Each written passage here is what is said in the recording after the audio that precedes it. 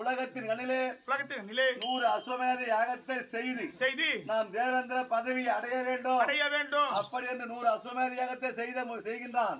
இவன் அரக்க குடும்பத்திலே பிறந்தவன் இவன் தேவபதி அடைந்து விட்டால் இந்த உலகம் எக்கதியாகுமோ அப்படி என்று ஒரு யாகத்தை செய்து முடிகிறான். தர்மத்தை செய்யணும் கண்டிப்பா. அவன் தர்மத்தை செய்து கொண்டிருக்க நான் ஒரு குள்ள பிராமண வடிவம் எடுத்து சொல்ல முடியாத வாமன அவதாரம் எடுத்து இங்கிருந்து குடையை பிடித்துக் கொண்டு மாபலி இடத்திலே சென்று அதே மாபலி நாளிலே சில விதமான பூஜை செய்ய போகிறேன்.